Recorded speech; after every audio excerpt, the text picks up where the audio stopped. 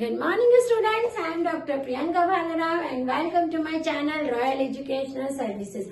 तो आज मैं लेके आई हूँ इनवर्स लैपलास ट्रांसफॉर्म की एक स्पेशल मेथड है। ये जो मेथड है ये बहुत इंपॉर्टेंट है। इस मेथड से आप इनवर्स लैपलास ट्रांसफॉर्म हो या लैपलास ट्रांसफॉर्मेशन है, कोई भी क्वेश्चन जो है वो बहुत इजी से यहाँ से हो जाता है। तो अपन देखते हैं कि जैसे आपको कोई एक्सप्रेशन देके रखा है यहाँ पर लैपलास इनवर्स 1 में p इंटू p प्लस 1 और p प्लस 2, ठीक है। अब जो मेथड मैं आपको बताने वाली हूँ वो आप बहुत अच्छी तरह से जानते हैं। आप रिकॉल करिए कि जब डिनोमिनेटर में ऐसे फ्रैक्शन होते थे p प्लस 1 p प्लस 2, ये नहीं, आप ऐसे रिकॉल करिए कि x हो x प्लस 1 x प्लस 2। तो आप इसको जब डिफरेंशिएशन या इंटीग्रेशन में सॉल्व कर रहे थे तो आप किसका यूज करते थे? आप यूज करते थे पार्शियल फ्रैक्शन। याद आया सभी को? Partial fraction. तो यही पार्शियल फ्रैक्शन की जो मेथड है वो इनवर्स लैपलास ट्रांसफॉर्म में हम यूज करेंगे। किस मेथड से करेंगे इसको? पार्शियल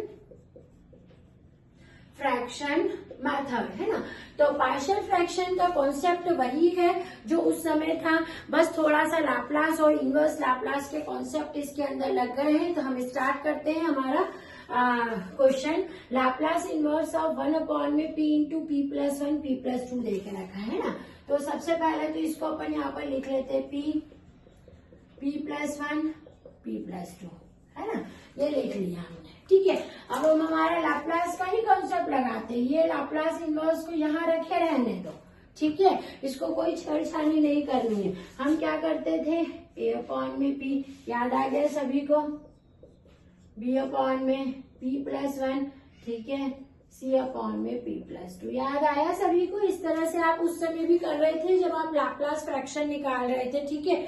वही चीज मैं यहाँ कर रही हूँ। अभी हम क्या करते थे? हम करते थे इसका एलसीएम, ठीक है।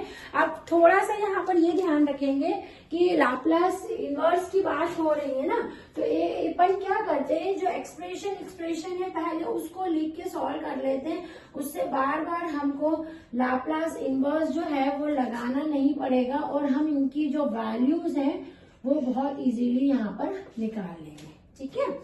चलो एलसीएम लेते हैं, जैसे कि हमको एलसीएम लेते आता है और हम सभी पार्शियल फ्रैक्शन को बहुत अच्छे से पढ़ के आ रहे हैं, ठीक है।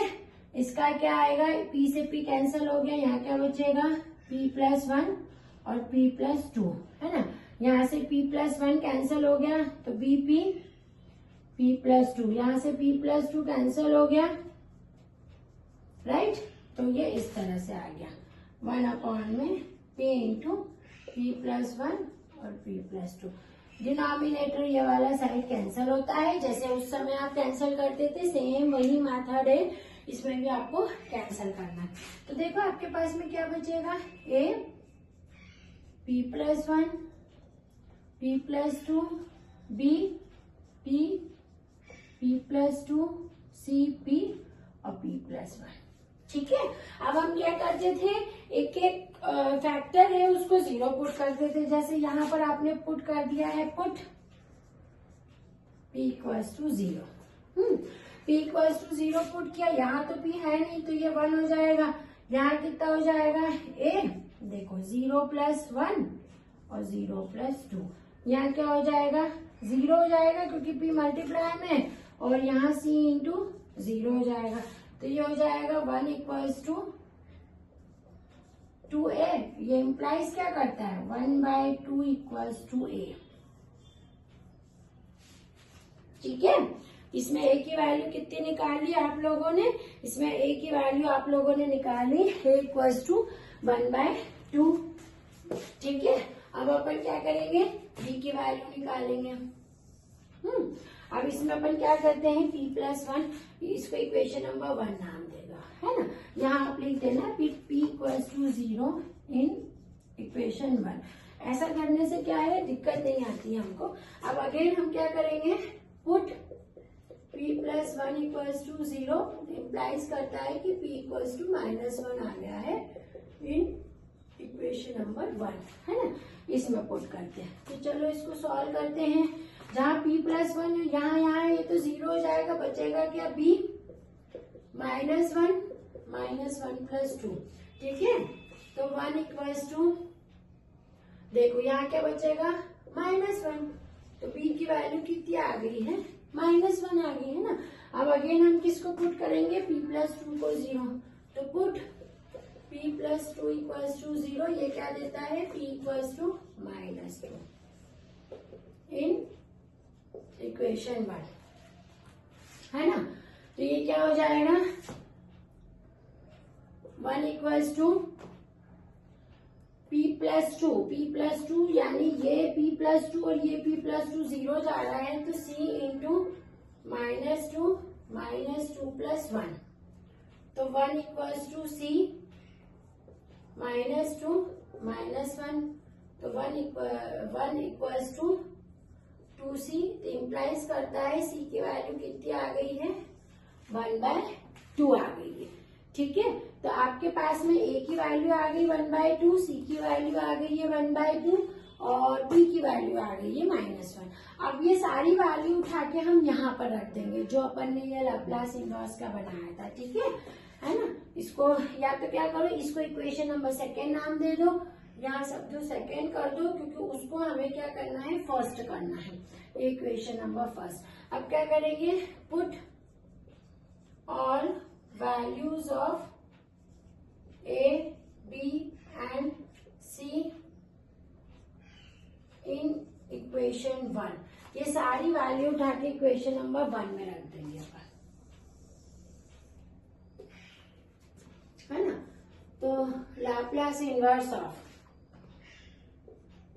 1/2p a की जगह रखा, b की जगह क्या रखोगे, -1 अपॉन में p+1, c की जगह क्या रखोगे, 1/2, तो 1/2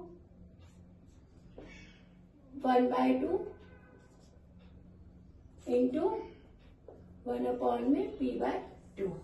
ठीक है, ये रखा। अब लैप्लास में लीनियरिटी प्रॉपर्टी होती है, मतलब लैप्लास हर टर्म के साथ में जाता है इनवर्स। तो ये होगा लैप्लास इनवर्स ऑफ 1 अपॉन में 2p, Laplace inverse of 1 upon में p+1 plus 1/2 Laplace inverse of 1 upon में p+2। ये 1/2 भी बाहर ले लो, तो Laplace inverse of 1/p minus Laplace inverse of 1 upon में p+1 plus 1/2 Laplace inverse of 1 upon में p+2। ठीक है, अब ये कितने का हो गया, ये कौन सा फॉर्मूला बन गया, लैप्लास इनवर्स ऑफ 1/p, यानी 1/p किसका होता है, 1 का। ठीक है ना। Laplace of 1 equals to 1/p, तो लैप्लास इनवर्स ऑफ 1/p की वैल्यू कितनी आएगी, 1 आएगी। तो ये क्या हो गया, 1/2 इंटू 1। यहाँ देखेंगे p+1, इसको एक्सपोनेंशियल के फॉर्म में e टू दी पावर क्या हो जाएगा, ये माइनस की फॉर्मूले से, प्लस यहाँ पर 1/2 e to the power -2t, है ना। तो ये आपका इसका पूरा एक्सप्रेशन आ गया कि इसका evaluate Laplace inverse of 1/p, p+1, p+2, ये हमने पार्शियल फ्रैक्शन से सॉल्व किया है। आप इसको नोट डाउन कर लीजिए। नेक्स्ट वीडियो में हम फिर से मिलते हैं कुछ क्वेश्चंस के साथ में इसके प्रैक्टिस के लिए। ठीक है, थैंक यू।